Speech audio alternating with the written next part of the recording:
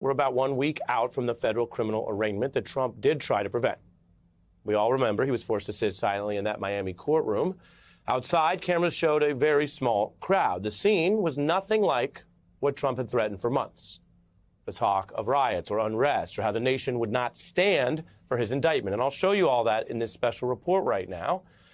We could also tell you that heading into the second arraignment, Trump posted the message, "See you in Miami," and he did some conservative media calling for protests, reinforcing ultimately how tiny his megaphone was on this score when it comes to summoning a giant crowd to protest a government proceeding.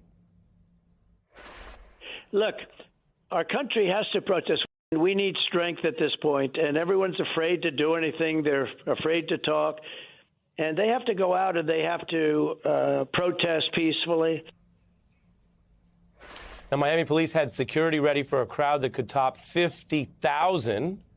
And after what we all saw as an under-response to the January 6th gathering, that kind of prep could make sense. You prepare for the most or the worst. But one point that got less attention at last week's arraignment was the meager turnout of just about 500 people. No signs of militias or apparent hardliners like those who showed up for the criminal insurrection. The number of Trump supporters was sometimes literally dwarfed by the number of media present. You could see that in certain scenes.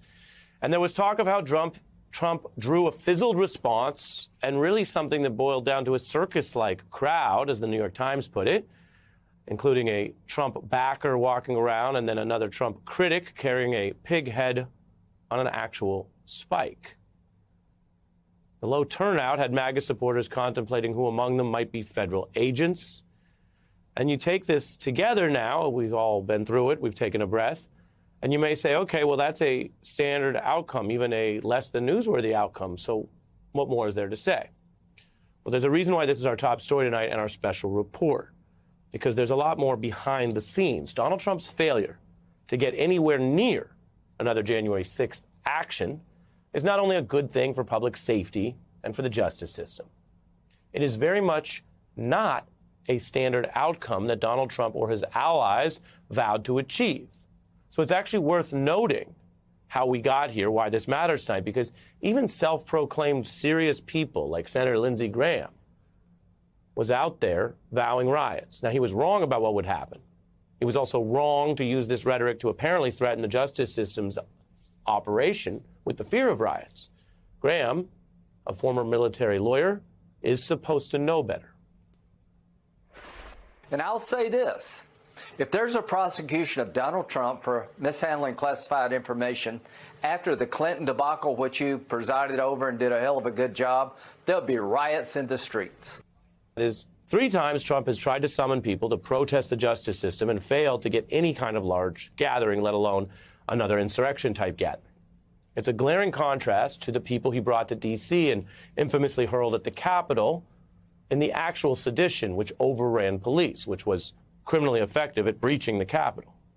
And that crowd, if you're wondering about just the numbers, we checked, far larger than these gatherings we just touched on. It was about 10,000, including many vigilantes and now convicted criminals who were following the literal calls to overthrow that peaceful transfer of power and the election Trump lost. Trump demanded their attendance, and what he billed was a wild gathering that, fueled by election lies, his use of the debate stage to embrace the now convicted Proud Boys militia.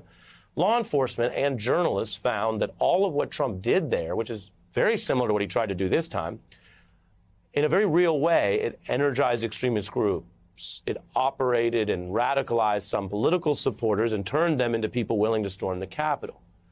And that threat of violence does not function on its own. Trump has tried to summon the fear of another January 6th, quite literally to intimidate the very prosecutors now doing these cases, and to kind of try to corrupt the DOJ from the outside. I mentioned this once before on our show, but I want to bring this to our attention right now, thinking about those fizzled crowds, because we had that search at Mar-a-Lago.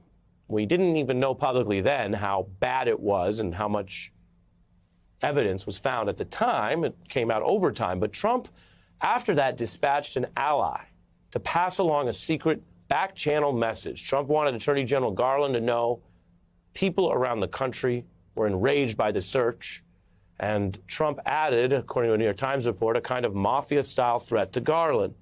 The country is on fire. what can I do to reduce the heat? Trump was suggesting that he had the power to do that he could either reduce the heat or, if Garland didn't play ball, increase the heat.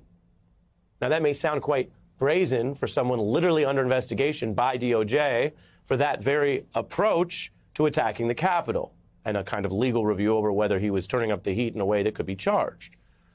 But early on, remember, DOJ officials were actually afraid of even mentioning or probing Trump over that very Jan 6th attack.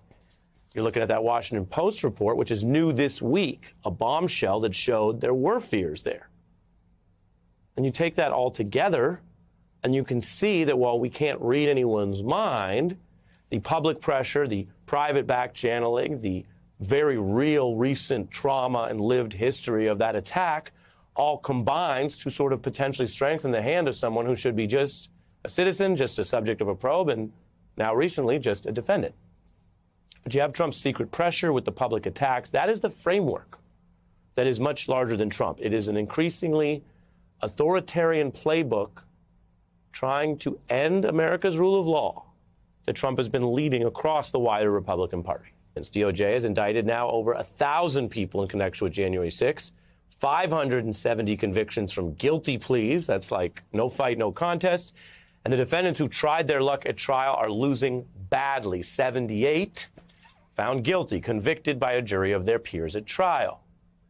Now, there are still questions over whether that January 6th probe will go to the top. Will it reach the elites or the political lawyers and insiders who weren't physically on the ground that day? But the deterrence is already working because it is obvious that foot soldiers are getting busted and facing real prison time. Oath Keepers founder and January 6th leader Stuart Rhodes got 18 years for sedition. One of his co-conspirators got 12. Just today, we can update you with a report on the rioter who brutally tased an officer in those clashes, got over 12 years in prison. That's hard time and it's hard facts. And while Trump may try to lie or minimize the consequences of this or the awareness of this to his supporters, who do seem to hang on sometimes his every word, well, the word is still getting out in MAGA circles. To give you just one example, there's a lawyer for January 6 defendants, which is a pretty hardline group, warning publicly, if you want to demonstrate at these arraignments and other things, quote, you must proceed with caution. Garland wants throngs of arrests. Now, for context, I can mention that lawyer also is trying to spin the warning into an allegation that there's unjust prosecution at DOJ. But the core point and reality also comes through. Even an advocate and a defender of these January 6 defendants, and they have the right to counsel, is making the point that you will get arrested and you could get convicted. And if you get convicted, you will be in prison. Translation, do crime for Donald Trump, and you'll do time for Donald Trump. So this is our special report tonight because it fits into something that we have been covering and exploring here, the larger right-wing pressure on the U.S. to bend, sometimes in ways that are tricky or not technically criminal, or break with coups and crimes and racist voter suppression and other violent efforts to break democracy. Now, I try to be very careful with our words here. We're not comparing the threats we have here to the worst dictatorships ever in world history. But we are looking at what happens when political parties harden into semi-autocratic movements. For real. And we can tell you, and our experts and historians have told us, violence and propaganda are hallmarks of authoritarian movements. So the violence that you see threatened and that happened on the 6th and the propaganda that continues, this is part of how it works. But against that, most people assess their self-interest and figure out what will likely happen to them. And that includes people who believe propaganda or sign on to authoritarian violence as a political plan, as a kind of a movement they're affiliated with, but they still look at, are they going to end up in prison or not? Because if their team doesn't take over forever and install this would-be permanent government, well, they may actually have to have consequences. Consider that more than 1,000 criminal cases now, as mentioned in the January 6 probe, have had a, quote, real deterrent effect on those who might once have considered violence on behalf of Trump. That's how one expert on extremism explained this outcome to the New York Times recently. Now, Donald Trump's threat was in the open. It was building for a long time. You're watching the news, I bet you're old enough to remember people laughing it all off in 2015. Or people saying Trump's liberal critics were just exaggerating and overreacting in 2016. Or maybe you remember 2017 when people told us, some of them lectured, America has its guardrails for this. We'll get through it just fine. Or maybe you remember November 2020 when Trump lost and Biden won and Biden was declared president-elect and the Electoral College was moving forward and it was all normal. And people said, well, now this will end. Some Republicans like Mitch McConnell said Trump needed a little more time to absorb it so he didn't have to admit he lost, but this would end. In fact, that turned out to be one of our most dangerous periods because Donald Trump was then, as he was the whole time, as he is now, quite clearly serious about ending our democracy and our rule of law if he can. And worse, back then in 2021, back then, thousands of his supporters were serious with him. The message was clear because Donald Trump has long appealed clearly, publicly, and unapologetically to propaganda lies, hate, and violence. You hear the leader, but you also hear the crowd. The crowd, the hardcore pointy edge of the spear of that crowd, the vigilantes, they're in prison, as I showed you. The leader is on trial. Trump has not changed.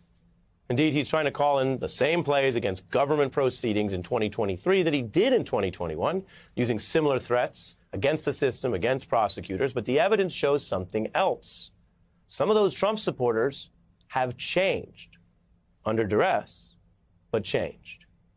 They may still personally believe in Donald Trump and his message of violence, but in these several big moments I showed you, now that we're seeing them with the forest from the trees, they don't show up.